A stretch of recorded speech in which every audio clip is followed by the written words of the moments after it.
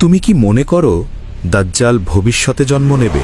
অনেকে তাই মনে করে, কিন্তু সহি হাদিসে বর্ণিত আছে তিনি জন্মগ্রহণ করেছেন এবং একটি অজানা দ্বীপে শিকল দিয়ে বাঁধা অবস্থায় আছেন। এই ঘটনাটি বর্ণনা করেছেন সাহাবী হযরত তামিম আদ-দারি রাদিয়াল্লাহু আনহু। একবার তিনি ৩০ জন সঙ্গী নিয়ে সমুদ্র ভ্রমণে বের হন। হঠাৎ ভয়ঙ্কর ঝড় শুরু হয়। টানা ৩০ দিন ঢেউ তাদের নৌকোকে দিগ্ভ্রান্ত করে রাখে। অবশেষে এক সূর্যাস্তের সময় তারা একটি অজানা দ্বীপে পৌঁছে যায়। দ্বীপে নামতেই তারা এক অদ্ভুত প্রাণীর দেখা পায়। তার সারা শরীরে এত ঘন লোমি ছিল যে সামনে পেছন বোঝা যাচ্ছিল না। তারা জিজ্ঞেস করল, তুমি কে? আমি জাসাসা, তোমরা ওই পুরনো ভবনে যাও, সেখানে একজন লোক তোমাদের জন্য অপেক্ষা করছে।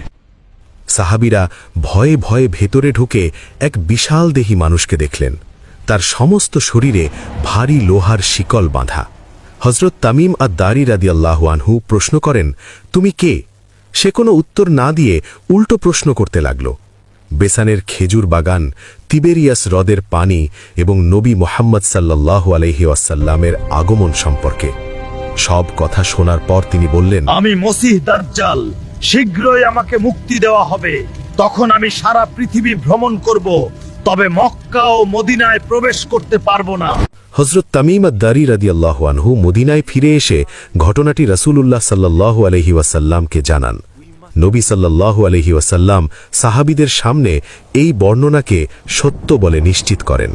রাসূলুল্লাহ সাল্লাল্লাহু আলাইহি ওয়াসাল্লাম আমাদের সতর্ক করেছেন, যে ব্যক্তি সূরা আল কাহাফের প্রথম 10টি আয়াত মুখস্থ করবে সে দাজ্জালের ফিতনা থেকে নিরাপদ থাকবে। আল্লাহ আমাদের সবাইকে দাজ্জালের ফিতনা থেকে হেফাজত করুন।